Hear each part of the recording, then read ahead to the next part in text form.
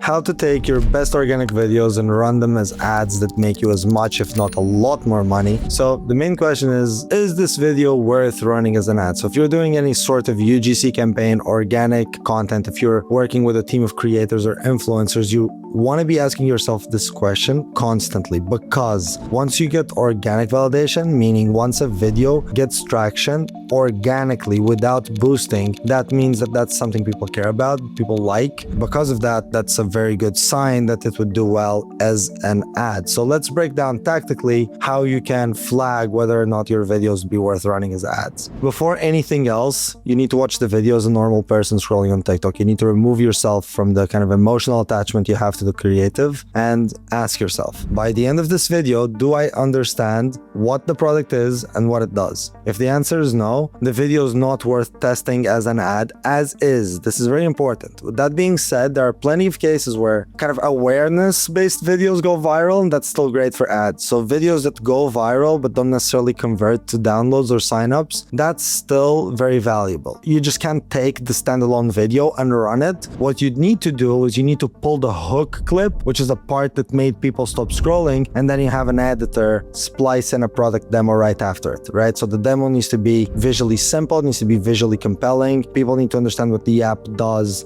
without any text or explanation. So visually, you need to make sure that your demo works well and that the colors are kind of similar to your hook clip. The viewer will get hooked by the same thing that made the video pop organically, and they also understand what your product is and what it does. This is mostly for Meta. That doesn't work as much for TikTok Spark ads, because Spark ads just push the kind of organic video as is, so you can't make changes. You know, again, this is one of the best ways to kind of turn a viral moment into a real ad. You always want to make sure you're being efficient with that. Number one thing to look at is views and engagement rate. So engagement rate is basically, likes divided by views, how many likes to the number of views you have. Both the rate and the view count matter together, and here's how to read them. So if your view range is between 5,000 to 50,000, strong engagement signal would be 7 to 10% engagement rate, so view to like ratio. That's very strong, and you need to check comments and shares next. Now, if your view range is above 50,000 views, anything above 5% view to like ratio is great. So because at this scale, 5% is strong and is worth testing.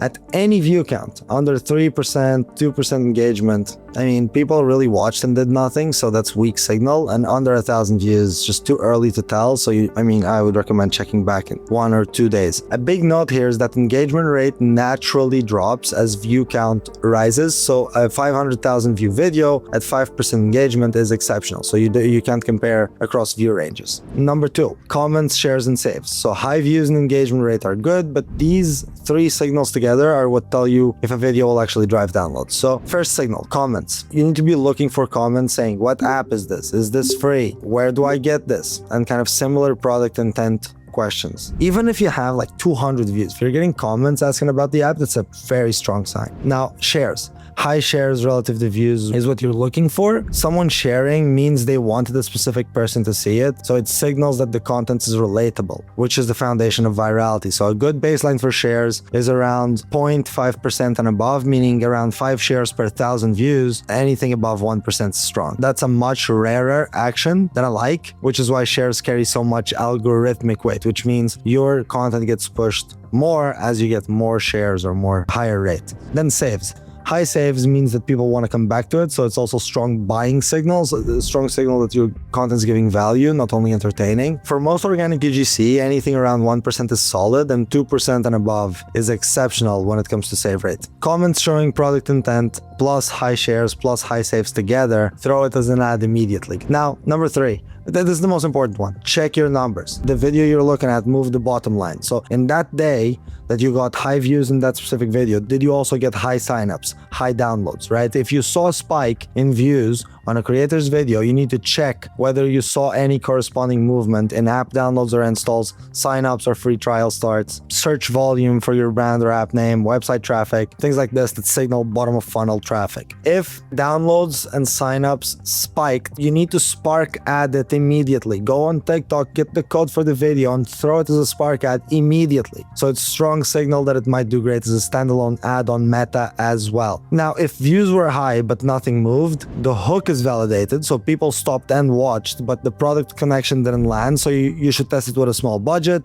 and it likely needs a stronger product link, a clearer CTA, or a different ending, which is where editors come in. They're so valuable. And then if you don't have any visibility on conversions, you should use just comment, intent, shares, or saves as your proxy. If those signals are strong, test it. As far as, again, I just want to touch on this again because I know meta has been huge lately. If you're repurposing your UGC videos as meta ads, when you want to run UGC content as meta ads instead of Spark ads, I'm just going to repeat this part, the approach is different. So with Spark ads, you're piggybacking off of the existing social proof, the views, likes, and the comments that the post already earned organically. With meta, you don't carry that social proof over, so the creative needs to stand on its own. So if a video went viral but doesn't have a clear product tie-in, again, have your editor add a product demo after the part that made the video pop up, which is usually the hook. This is also a good way to A/B test creatives, running the original cut against the version with the product demo added and just compare performance. So quick reference checklist before we go. Number 1, watch the video cold.